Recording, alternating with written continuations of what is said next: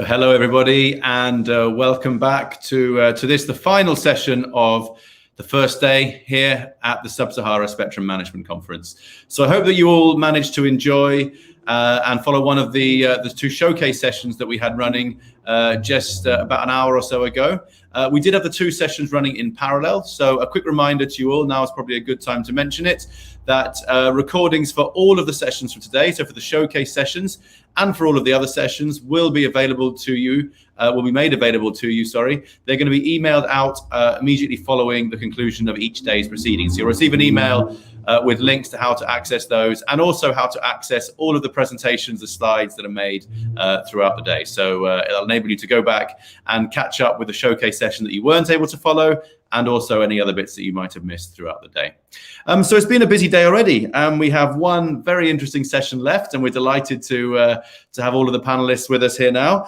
So the final session is going to be looking at tackling Africa's backhaul challenges. Again, when we look at some of the issues that have come up throughout a lot of the previous sessions today, backhaul has definitely been heavily amongst those. So great to have a session focusing specifically on that. And yeah, I'd like to then welcome to the stage our moderator, who I'm sure will explain a lot more about the issues we're going to be covering. So that's Philip Dufresne from Cullen. Philip, welcome, and great to have you with us here again. And yeah, really looking forward to the panel. So I'll leave it to you to introduce our panelists and some of the issues. So over to you. Thank you very much, Dan, and good afternoon, everyone. Yeah, welcome to this panel on tackling Africa's backhaul challenges. It's all very well to install LTE and 5G base station, but without proper backhauling, there is no point, of course. It's not always possible to install fiber to every base station. This is when wireless backhaul circuits come to the rescue, whether by satellite or terrestrial. And this is what we are going to discuss with our distinguished panelists. We have a nice panel composed of regulators, mobile operators, and represent satellite operators, and a representative of the manufacturers. I suggest perhaps to introduce the panelists as they appear on stage. That may be easier. And I'm delighted to welcome our first panelist, Joseph Emishili, who is engineer at the Nigerian Communication Commission. Joseph, great to have you on stage to discuss the challenges of building proper backhauling in Nigeria. The floor is yours, Joseph. Thank you so much for having me. And this is a Muslim holiday, so Barakah Salah to my friends. Philip, yeah, that's good. If you can just give me that slide.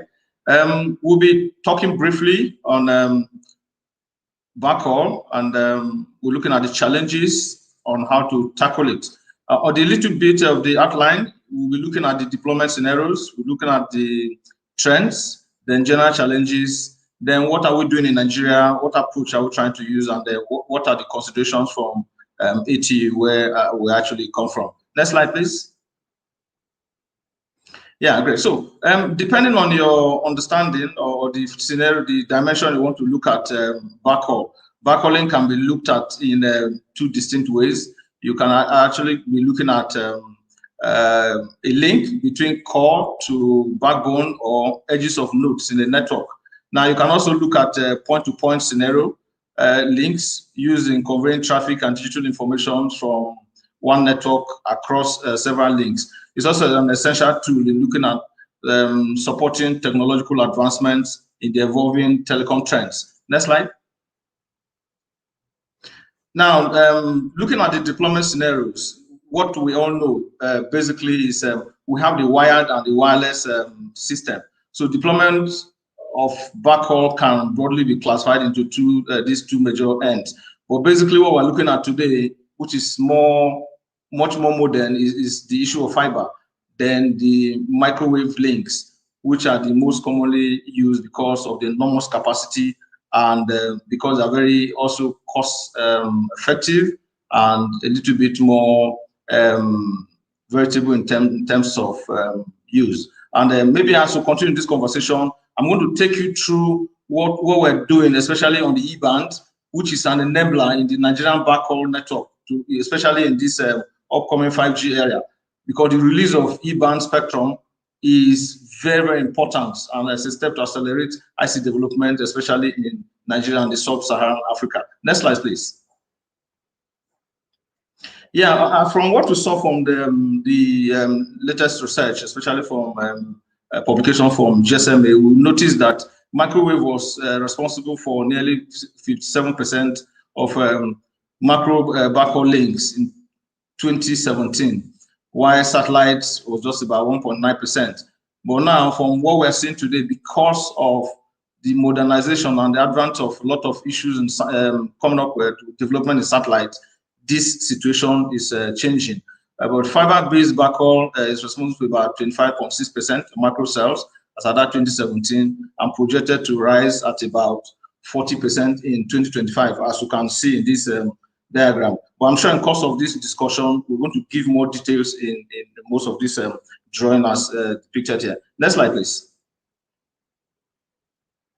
Now, what are the general issues that we need to first of all understand? It is important for us to know that the key challenge that we're going to discuss basically is to look at how to make very full use of existing microwave bands in providing 3G to 4G backhaul services. Now, because there is exponential increase in subscriber base across the globe, ever increasing demand in capacity or delivery of emerging services are basic issues. And there's also enormous mobile data traffic growth. Coping with all of these stringent latency requirements of the NGN networks is also some basic issues. Need to also do desertification due to the paradigm shift in the mid-bands and millimeter waves for new generation networks, and most of these challenges. Next slide, please. Now, we also know that some part of Africa, like in Nigeria, we have issues of fiber cuts, which are major challenges in backhauling. So there's need to look at it in a very holistic manner to see how these issues can be addressed. As our 2020 report showed that there's increase in right of way when you want to now lay your cables between point A to point B, depending on the local government area, interstate or nationwide backbone deployment. So these are some of the challenges that we face here. And it has become increasingly difficult to also achieve site acquisition in some places due to some security issues and some inherent problems, especially microwave antenna system. But up to this moment, there hasn't been, maybe little past, there hasn't been proper or adequate regulatory framework in the space and satellite alternative. However, next slide, please. What we have done, basically like in Nigeria, is that government has been able to come up to say that that classified telecom equipment as critical national infrastructure. Now, instructing various federal institutions to safeguard every equipment that has to help the country in terms of backhauling. The country also launched what we've actually called the National Broadband Plan in for 2020 to 2025. And this is to promote penetration, help in efficiency on management of these systems, and also protect infrastructure and promoting proper backbone and backhauling facilities in the country. Very recently, the Minister of Computer and Digital Economy in Nigeria wrote to the state governors across Nigeria, for continuous working and compliance with National Economic Council with regards to reduction of prices of right of ways in Nigeria. So these are kind of issues that we have articulated and we're trying to also look for alternatives or ways to solve them. Next slide, please. Now, in tackling these issues, NCC recently created a space unit. And this is the Department of Spectrum Administration to further harness and encourage the use of satellites and also support terrestrial service providers and issuing several landing permits and other regulatory frameworks to ensure that there's cheaper services and with very high throughput, because this is the way that we feel that we can solve some of these issues. Most importantly, and I can tell you without missing words here, Nigeria happened to be one of the first countries in Africa to ensure the opening up of the E-bands, especially the 70, 80 gigahertz spectrum for terrestrial service providers for short hauling in Nigeria. What this simply means is you are like carrying the capacity of about 2 gigabits of data over the air, like fiber.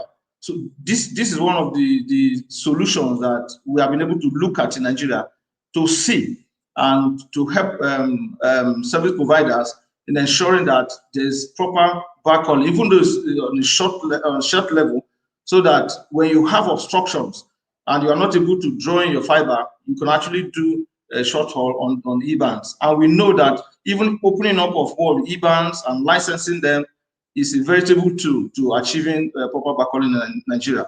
Now, what we're also trying to do is that for some of us who are in the industry, you will recall that the capacity of the microwave links have been low. So there has been constant replanning and rechannelization of these microwave bands to ensure that there's high capacity for us to achieve this backhaul. Next slide, please. Thank you so much. I think these are the few things, and we'll be very open to taking your questions as the events unfold. Thank you, moderator. Thank you very much, Joseph, and thank you for keeping the time. Stay with us. We'll see you in a few minutes for the panel discussion. I'm now delighted to introduce our next panelist, Renato Lombardini, who works for Huawei, but is also the chair of ETSI Industry Specification Group on millimeter wave transmission. Renato, the floor is yours. Thank you, Philippe. Good afternoon to everyone. Slides. Okay, coming. Okay, next slide, please. So the ETSI ISG MWT is an organization within ETSI, is an industry specification group that represents most of the vendors, several important operators. Now we have also to add MTN, antenna, and other components suppliers. Please, next slide. So here I'm confirming what was said by the previous speaker. So overall, we have more than 70% of the base stations that are connected with microwave and millimeter wave backhaul, with GSMA that just released a very important report on wireless backhaul that projects in 2027 still close to 60% of the macro base stations connected with terrestrial wireless backhaul. What we see, and I'm also very happy about what's said before on the E-band, is E-band is continuously growing very fast year over year. And we have already, as overall industry, more than 150,000 links in operations, representing in 2020 more than 25% of the overall shipments. Please, next slide. So why E-band is so important and getting even more importance in the future? The topology of the network has been changing due to, or thanks to the densification of the network and the penetration of fiber. That makes the change from long chains of microwave hops to topology that is based on what we call star topology, so hubs and spikes. This is good in order to keep lower the latency, the overall latency, because we have only one hop or two hops from the point of presence of fiber to the tail site, but especially as you can see on the right part of the slides, the distribution of the op lamps leads to important considerations that E-band could serve up to 50% of the links, and the use of E-band aggregated with a channel in traditional micro, so 15, 18, or 23 gigas, what we call in the industry band and carrier aggregation, can cover up to 70% of the links. And this is particularly important because with the E-band or BCA, we can transmit multi-gigabits with relatively low TCO. Please, next slide. What are we doing as industry? We are what we call modernization of the wireless backhaul to fit 5G. So first of all, introduction of new technologies, so innovative antennas, but especially quite innovative interference mitigation and cancellation techniques. That permits to go to a much higher use of the frequency. And use of the frequency means the possibility to use wider channels. Then we are in the ISG in ETSI working on evaluating or new way of evaluating the backhaul performance by establishing new KPIs, working on service-based end-to-end KPI, and also from link KPI to area KPI with microwave converging in a hub. And even more important, we are working in order to facilitate the use of the E-band from 71 to 86 gigahertz, pushing as much as possible the administrations in the countries that have not done it yet to release the spectrum, and especially also to lower the cost of the spectrum. Please, next slide. Here we have seen that we need to break this linear proportionality between capacity and cost of spectrum, and especially by using the new techniques we have quickly seen before of mitigating or even cancelling interference, steadily moving from the classical individual licensing to block licensing, because this would permit operators to deploy more advantageously the new techniques of frequency reuse. Please, next slide. So, how to identify what is the best licensing? Most of the countries and most of the spectrum is today released on individual link-by-link application. The introduction of interference cancellation, interference mitigation, going to frequency reuse, we would like to see license schemes made in order to incentivize this geographic spectrum efficiency, in order to include either the usability factors in individual link-by-link licensing, nodal licensing, and eventually finally move to block license that we think is the best way for the operator to manage the spectrum. Please, next slide. So traditional microwave, we need wider channels, moving steadily from 28 to 56, 112, maybe in the future 224. And this made possible with this geographic spectrum efficiency that permits reusing the channels, move from link by link to block license, and then E-band. We need E-band in all the countries because this is fundamental, essential for an effective 5G backhaul. Please, next slide. So in conclusion, we have seen the importance of microwave millimeter wave for the current and future backhaul of mobile networks. We need solutions capable, the current solutions of today are already capable of meeting early stage 5G deployments, while the technology roadmap in microwave millimeter wave going to higher frequencies, so wider channels, higher capacity, lower latency, interference cancellation, capability of microwave to meet the challenges of increase of capacity for 5G mature 5G deployment. Of course, we need spectrum regulations and licensing such to be able to follow the technology innovation and make the backhaul economical, sustainable for the operators. Okay, last slide.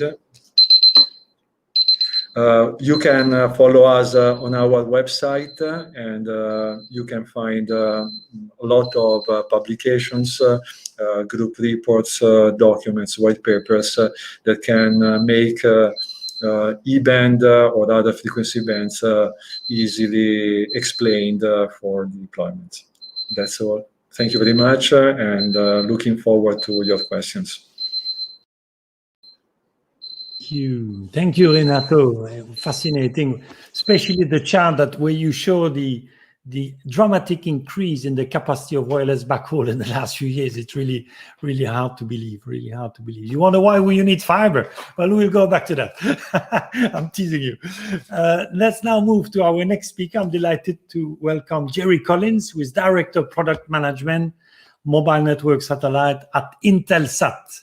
Jerry, welcome. And, thank you. You warned us that a thunderstorm may interrupt your talk, so I hope it will. We'll wait for a few more minutes. I don't think so. I think I'm not going to be interrupted by thunder and lightning, hopefully. So look, thanks very much for having the opportunity to speak. For myself, for our company, this is a really, really big issue. The backhauling in Africa we see as possibly the biggest challenge in terms of spreading and enhancing coverage to a greater portion of the population. I think, as opening remarks, it's important to remember about Africa that it is the only continent where the majority of people live in rural areas. 55% of Africans live outside towns and cities. That is a unique characteristic of Africa, and it is a unique challenge that we have when we talk about backhauling. So if we can move to the next chart, please. So if we look here at the also to understand that the challenge that we have in Africa compared to other regions, we look at this state of mobile internet connectivity from the GSMA in 2019, and we look down at sub-Saharan Africa, and we see 24% of people accessing mobile broadband services. Okay, good for them. Unfortunately, you've got 46% of people who are living within coverage areas, or at least coverage areas defined by the mobile operators of mobile broadband, but they're not using the service. And then you've got 30% of the population that are living in areas, or living, working, and being educated in areas that do not have mobile broadband. This is the scale of the challenge. Those statistics are, of course, much higher in the black area than you have anywhere else around the world. And of course, the green is a smaller number. So moving on to the next chart, having understood the scale of the challenge, there are other factors which are really, really essential to understand about the challenge in Africa, which is that there, as of 2017, in this report from UNICEF, 346 million Africans between 15 and 24 are not accessing data services. And that the population in sub-Saharan Africa without access to 3G and 4G coverage, mostly in rural areas, is 40%. And then the unconnected youth, 60% of unconnected youth worldwide live in Africa. This is a social, political, technological challenge that we all have to come. We have to have things in place which enable dynamic and quick changes to these scenarios. And we start to reduce the numbers that are in a chart like this. Because we have a big challenge in sub-Saharan Africa, where the percentage of population is very, very young. You've got 42% of the population is under 15 years old. And this is a generation that for the most part is growing up unconnected, not getting the access to the services that the rest of us in the world have become very, very used to. And also our youth have got very used to. So go to the next chart, please. And interestingly, if we can change this, the statistics from the International Telecoms Union tell us that whereas a 10% increase in mobile broadband globally gives you an equivalent 1.5% increase in GDP, if you increase penetration of broadband services by 10% in Africa, you will actually increase GDP by 2.5%. So the accelerator factor for GDP, if we can solve this problem, will actually be greater. So we'll have bigger impact on society, the economies, etc., by making the impact in Africa. So we move on to the next chart, please. So why is it like this? And this is a chart to talk about some of the challenges, and these are things that we struggle with every day to try and overcome, and reasons why the infrastructure is not being built out in a lot of the areas where people are living in. So the per site cost of terrestrial backhaul, the distances here involved to connect a lot of these people are considerable. To run the fibers, we look, E-band is great, but E-band doesn't go as far as where some of these people are living 10, 20, 30, 40, 50 miles away from the most local town. Rural areas, of course, will always have a lower return on investment. It's just a lower population density, but it can achieve profitability. You can be profitable by connecting people in rural areas. The challenge is often is the in-house resources and expertise. One of the challenges that we see is that often we see the very same architectures and strategies being used in rural areas that we see in urban areas, whereas you actually require a much different architecture and set of strategies for deployment. Of course, the geography of these places, it can be over the mountains, very far away, but this is where people live, and this is where people need this connectivity. And also for us as a satellite operator, we still see people, satellite is the last resort. Often we see people, well, we'd almost prefer not to connect, places and villages rather than use satellite. And, I think this comes from, misconceptions about the massive changes that have happened in satellite in terms of cost and performance and the business cases that can be made. So we see reluctance to go to these areas because it's high cost, it's very far away, and not kind of fully taking advantages of the benefits of using satellite as a backhaul. Can you move to the next chart, please? And here, just again, an idea of those costs. We're just comparing a remote deployment versus a rural deployment versus an urban deployment, and what are the cost structures. So we see that when you start to build these infrastructures in the remote areas, you tend to have higher power costs, and you also have higher backhaul costs, because the backhaul, which is in green, is often dependent on the distance, the number of microwave hops, the distance that has to be traversed with fiber. That becomes a redundant part of the conversation with satellite. Satellite is, it's equal in terms of geography. No matter where you are, it can be connected by satellite for the same capex. You just need to be able to physically drive the equipment to the site.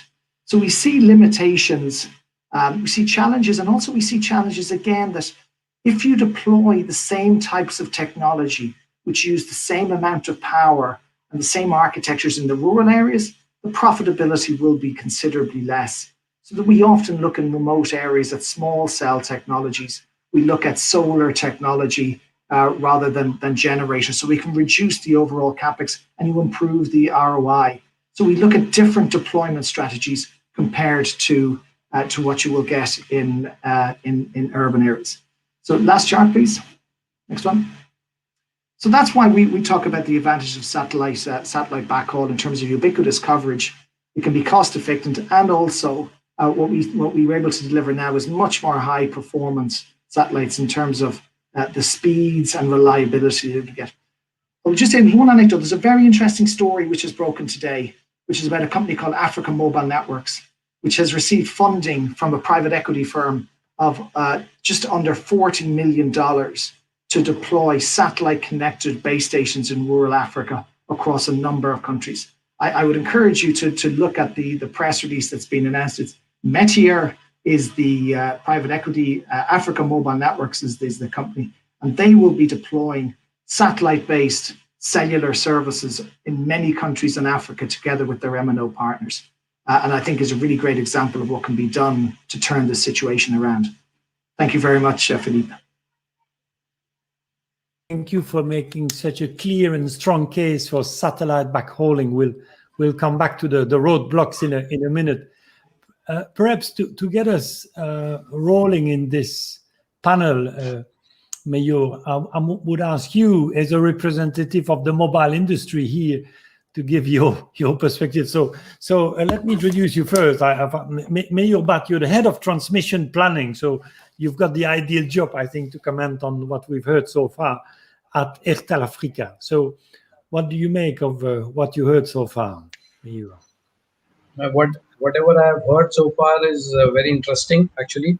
Right, starting from Joseph to Renato to Jerry, because I'm the end user from NCC. I'm the end user from HC spectrum perspective. I'm the end user of Intelsat bandwidth. So I'm the one who when Jerry says about the cost effectiveness of a satellite backhaul, I know the commercials behind it. When Joseph gives the introduction on the spectrum or the block allocation explained by Ronaldo, all I can just link to my day-to-day job. But yes, definitely, I have. It may be the correct time for a Q&A, or we'll have a separate session after this. No, that's right. We'll have a free discussion among us and with the audience. I already see one question arriving in the chat. So go ahead. You can ask a question to any panelist or just offer your views on what you heard so far. May you? Yeah. So, my question. Yeah, definitely. I have plenty of questions, but I'll just summarize. My question is to Joseph. So, since we are, how about NCC's ideas of having a concatenated channel bandwidth rather than allocating a new spectrum or a block in a specific frequency band of traditional 6 to 42 gigahertz? What if NCCs allow or can allow operators, terrestrial operators, to concatenate their existing channels from in 1428 to make a effective 56 megahertz or 112 megahertz channel bandwidth? Joseph, did you get the question? Yeah, Philip. Yes, Philip. Yeah. Thank you so much. Nice question. First of all, I need to remind all of us that the process in NCC is purely consultative. When the operators come up with incentives, which we always want to encourage, we sit down and analyze the requests, and we treat it based on its merit. We have been having a series of conversations and discussions and analysis on concatenation in the NCC. So we're looking at it most times when the operators have a particular request. In the regulatory environment, the whole idea is to think about what will benefit the nation. What level of advancement do we need to stand with? So we need to balance every relationship. So that brings us to the center focus of our ideas, which is purely consultative. We looked at, if you also look at the spectrum planning, especially on the microwave, I've stated even in my presentation that what we have actually done is to look at those spectrum. You remember that even on 18 or 23, people started with 7 megahertz. We were able to increase it to 40 megahertz. We were able to increase it to 28. We were able to increase it to 56. We went to 112. So all of these ideas are what we actually do, but we plan them in a very strategic manner that we also carry even other operators along in our conversation. So it's purely consultative. Having said that, let me quickly respond to there's this question from Rudin Rena from Pura. Okay, I want to thank you for your question, because this is the whole essence of talking about backhauling. Now, in Nigeria, like I also mentioned earlier, you notice that what we also do, like I mentioned, is we consult. Even when the Honorable Minister, through the presidency, has spoken, even in the NGF, in the governor's forum, spoken to the governors to say, let us reduce the price of right of way. You are not mandating them, you are discussing. So I want to put in this perspective that conversation is ongoing, and the government is pretty sure that along the line, most of the governors will try as much as possible to help in trying to reduce the price of right of way. Now, going ahead, when I mentioned also the 70-80 gigahertz, like it's also pointing out in this question, the bandwidth, the capacity of 70-80 is huge. You're having like a minimum of 1 gig to about 2 gig. So this is not something you can easily get on the traditional microwave before. So this is like you carry your fiber in the air. And the beauty of it on the second part of your question is to note that the price in itself is actually relatively lower than the traditional microwave link. So the whole of this essence is you see that we're trying to be very innovative to ensure that backhauling is actually done.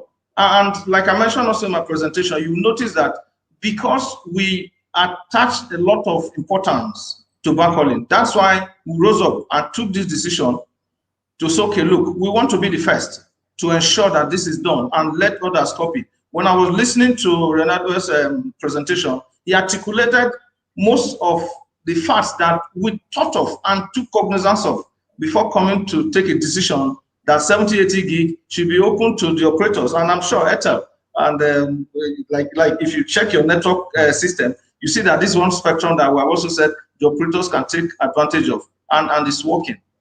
This is my Thank you, Joseph. We'll go back with Renato in a minute on his ideas on the license fees for these high frequencies. But I'd like first to clear a small point. It's to discuss fiber just for one quick minute. Renato, you showed in your slide a picture of London, and I know the Brits are lagging a bit behind in rolling out fiber to the home, but it's that they are now suddenly catching up very fast. So we can hope that the UK, like many other countries now, will. I'm not talking about. We'll go back to rural Africa, Jerry, in a minute, and with satellite in a minute. But I just want to clear in areas where fiber is being deployed. Is it so? What is the business case? And I'm asking Mayur as well. What is the business case for wireless backhauling? Is it like a quick fix while you wait for fiber to be deployed, or is there some sort of long-term a business case for using microwave links? You are muted, Renato. Yeah. First of all, let me say, normally you have a certain richness of fiber in the city, and it was pointed out, suburban and rural, of course, the business case of laying down fiber is, let me say, not so convenient with operators. Also because normally 50% of the mobile sites are not particularly profitable, especially in the rural areas. But even in the city where you have fiber, the network planning of a mobile network you cannot put the base stations wherever you want. So very often you don't have fiber exactly where you have to deploy the base station. So even a few 100 meters, that is normally the hop length in high dense urban areas, can be a very successful business case for operators because of time to market. Because of the cost of deploying a millimeter wave link in this case is much cheaper than laying down fiber in a, let me say, trafficked area. So that's why it's so important, the E-band, and very happy of the words by Joseph of E-band and the necessity to have wider channels. Just let me add two comments. First of all, the importance of wider channels and frequency reuse. We, in terms of technology, are scratching the bottom of the barrel in terms of spectrum efficiency on the link. We are using 2,000, 4,000 QAM, but there's a limit in planning of very high modulations. We have line of sight MIMO, but it's also relatively expensive. So the only way to increase capacity in a relatively cheap way is by using wider channels. But of course, in congested spectrum, even E-band is huge. We have 2 5 gigahertz per the portion of spectrum. But if we have 1 gigahertz channel for every one of the 4 operators, we can exhaust it quite fast. So that's why it's important to have wider channels, but also frequency reuse. And in order to have incentives for operators to deploy new technologies for frequency reuse, it's important to have license schemes that foresee some advantages when you can reduce the frequency. And this should be, as said before also by Joseph, the goal of a country administration. So to have in an area the best possible use of spectrum. So if I'm able to reuse the spectrum in an area where nobody else can use the same channel and I'm reusing it, why should I pay twice? So that's the reason why we are proposing area licenses, and area licenses then naturally will lead to some block license in which operator can manage by itself the interference management. Thank you. May you, on this business of fiber versus microwave links, is it can you see a sustainable long-term business case for microwave links, or will fiber take over at least in urban areas? No. Definitely the scalability and flexibility what I get from a E-band backhauling and the microwave backhauling is far better than fiber, because once I lay fiber and I'm in a specific township, then I'm stuck up. I have to find business around that area, and that's a pressure back on me that okay, now I have laid the fiber and I have to acquire the customer. Just one point. Yes, the flexibility what we get from microwave or the E-band or the B-band solutions in the dense urban areas, that's far better. Hello, am I audible, right? I just want to iterate one point on Renato. So Renato, just for your knowledge, in Nigeria, NCC has given us a block spectrum only to all the operators, if I'm not wrong. Because I've seen in your slide you were mentioning about link on link basis frequency allocation or the block allocation. So NCC is very thankful and has probably has given the block spectrum allocations, and it allows operators to have a reuse across Nigeria. So that's a far more advantageous, rather than, because in Africa we are handling 14 countries, and I know there are some countries like Kenya, Malawi, or Madagascar where I get link on link basis spectrum, and that's actually very difficult to manage, where I have to wait for regulatory approvals every time. So in Nigeria, we are already working on a block spectrum basis. Thank you. Mayu. Turning back to you, Jerry, certainly satellite can provide all the flexibility that you need, Mayu. But the question I have for you, Jerry, is you presented a very compelling case clearly on satellite. What is the, and it's not the first satellite presentation I've heard on this topic. What is the main roadblock? Why are mobile operators not hearing your message? And I'm tempted to ask, but you partially answered my question when you mentioned this new deal by this private equity firm whose name I forget, la Private Mobile. We'll come back to Métier. It's a French word, Philippe. Métier. Métier. Voilà. Thank you. Merci, Jerry. So, but the question I was going to ask is, listening to you, I'm wondering, is it so that there is no commercial case, and the reason why Vodacom, Airtel, Vodafone are not hearing the message is they don't smell the money, and therefore the satellite industry is hoping to appeal to donors, Bill Gates or whatever, which want to boost GDP in Africa, or do you think there is a clear commercial case? It's just the mobile industry is deaf or doesn't want to hear it, or what? No, there's a couple of items. First of all, this is not about charity. This charity in this industry doesn't work. It has to be sustainable. People who go out, we've seen that unfortunately with universal service funds. People deploy technology, it's not sustainable and it dies. It has to be sustainable. One of our concerns is that we see a lot of the cost structures and let's say site design that we get in the urban areas, which are kind of the big towers, the big power hungry base stations, and also certain techniques of backhauling. That if you move those out to the rural areas, the business case breaks down. You can't support the business model there.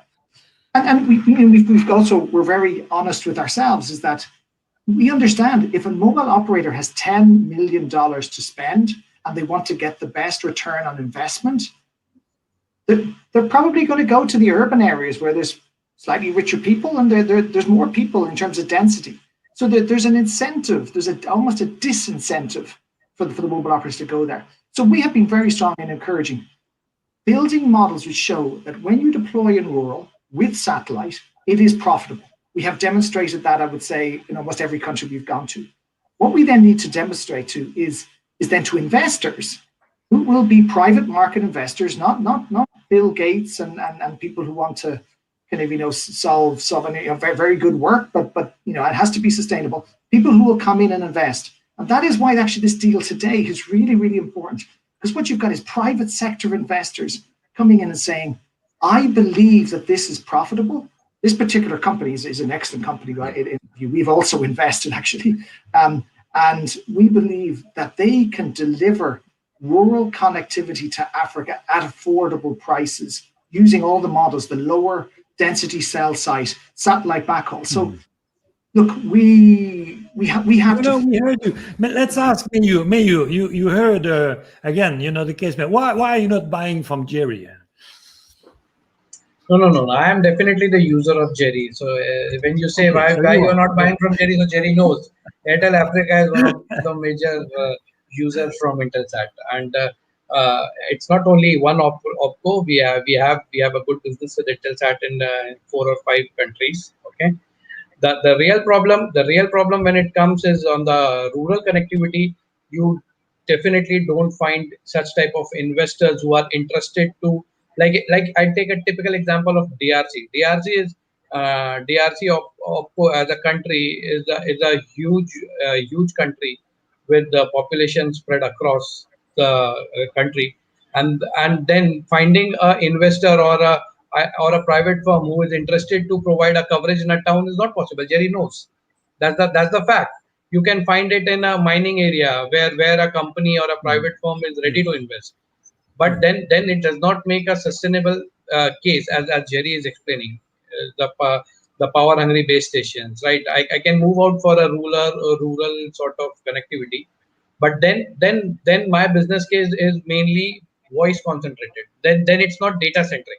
The moment I want to move to data centric network, and then that's my operational cost which increases. So one is my capex part, which can be reduced definitely going on a rural solution, but the operational cost of running that site because of the bandwidth, it's not only Intelsat. If I go to other satellite providers also, it's the same thing. Thank you, Amir. I think we get a feel for the debate that you must be having, Jerry, with the mobile industry there. Very interesting debate, and I can only hope that there will be a breakthrough and this huge proportion of the. You said 30%, Jerry, of the African population with no coverage. I really hope there is a breakthrough there. Renato, I'd like to come back to you about an idea that you defended in your slide, and you were calling for block licensing, and then I'll ask Joseph to react. So can you elaborate a little bit on that? So I guess what you don't want to see a licensing per link. You want to see mobile operators getting a block of spectrum and then being able to deploy all the link that they need within an area. Huh? Yeah, let me elaborate more. Let me say link by link license, or what is called individual licensing, made also the fortune of wireless backhaul, but nowadays it's showing some bottlenecks.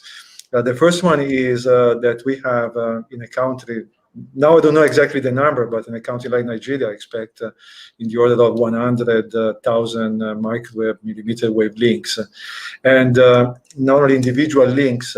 Individual license requires the administration to manage or coordinate the interference among the links among different operators.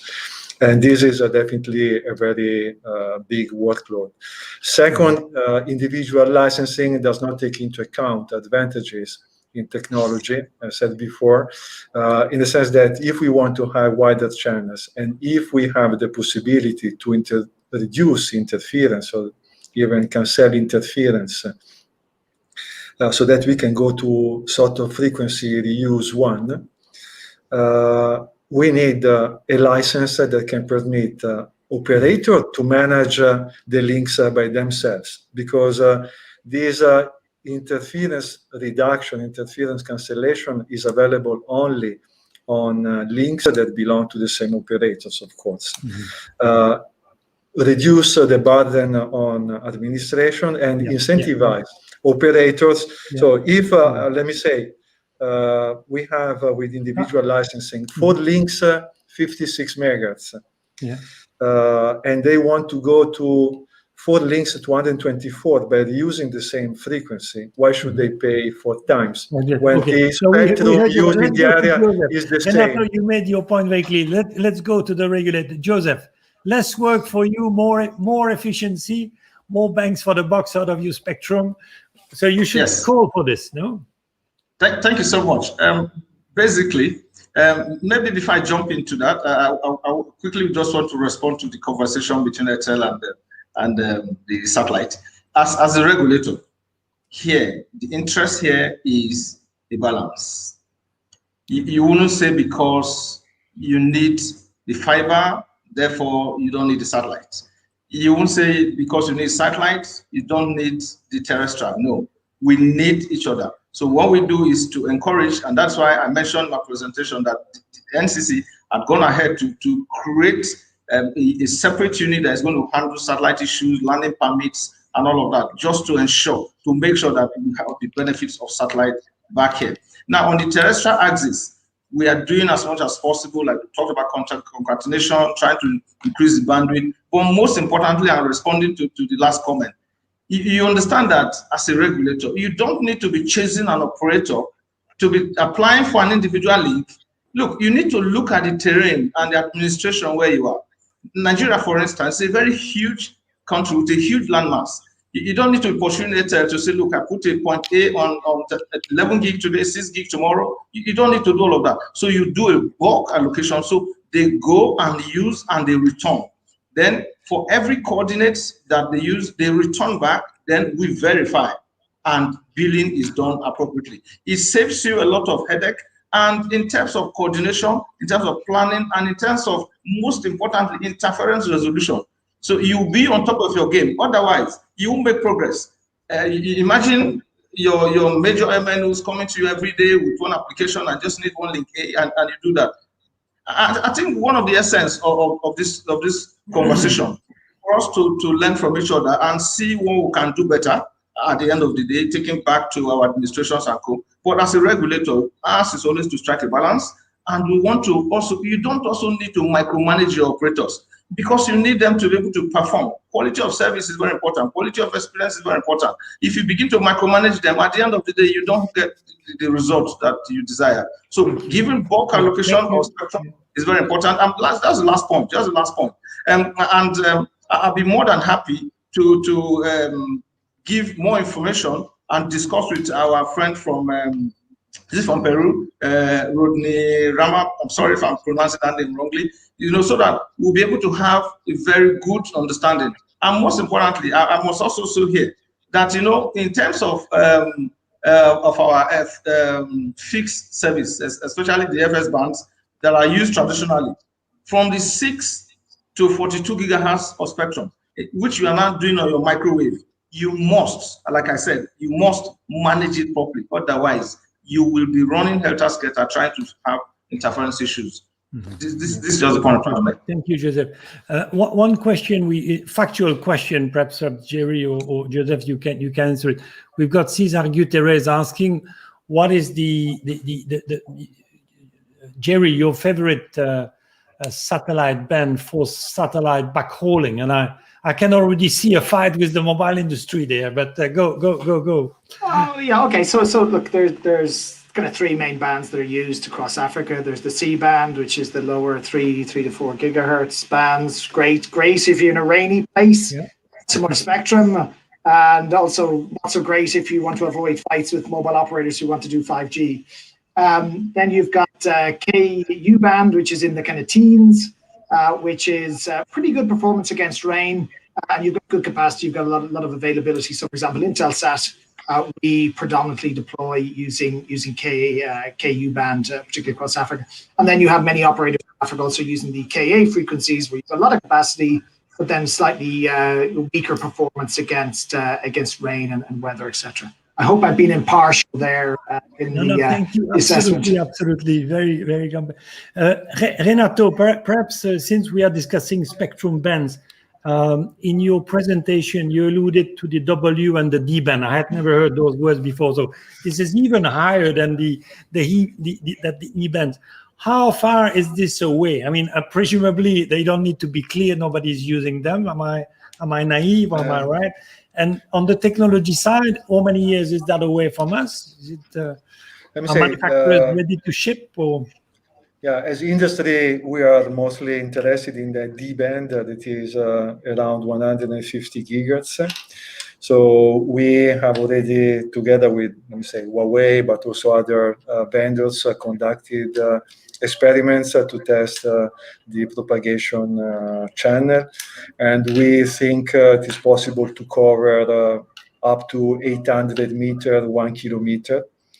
We are also working on modifying the channel model because the current one is too conservative, above 100 gigahertz, because the raindrop size is comparable to the wavelength. So I think in the future we play a very important role also because at that frequency, the antenna is very, very small. So we can keep the system with a very small form factor, so quite good for urban.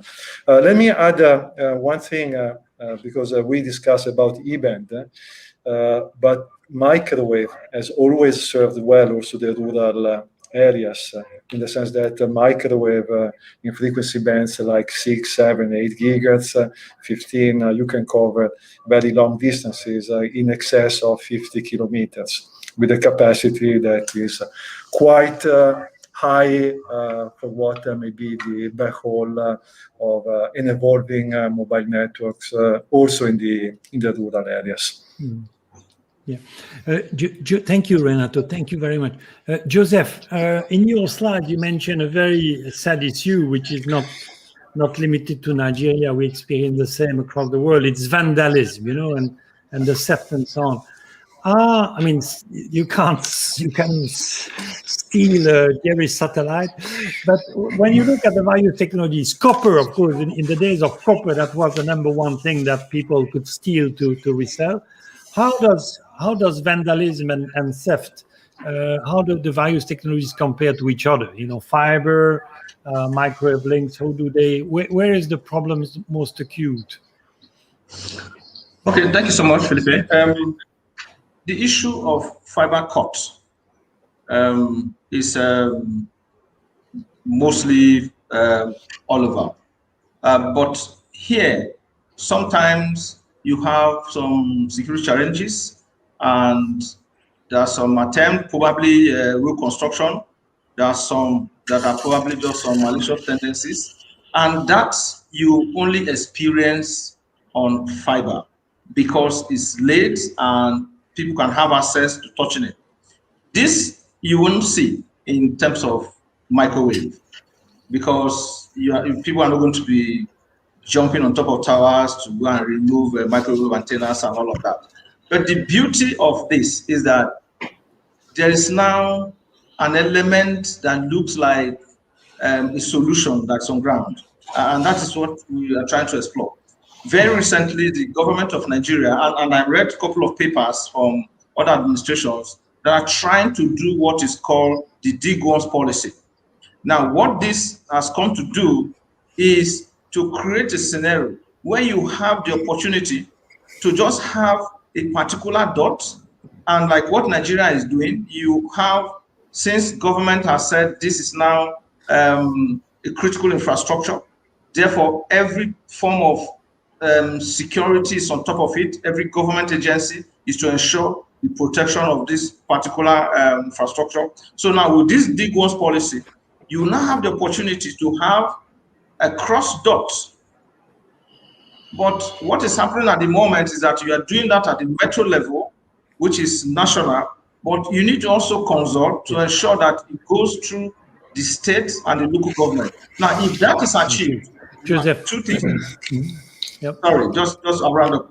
You have 2 things to gain. Number 1 is that you have a dot that is free for any of the MNOs to put in their fiber, or you have a dot with a fiber that is dark that the MNOs can just lit it, and you will avoid the dinging and the trenching of all over the places and having all of these fiber cuts, and the issue of theft and protection is achieved. So this is exactly what we're trying to do. So for us, I want to also suggest that probably we also look at the dig once policy and see how all of us can make input on it and probably adopt it in several administrations as regulators, because it's going to help both the regulator, the administration, and the MNO. Thank you, Joseph. You had the final word because our time is up very sadly, and we'll have to hand over to Dan.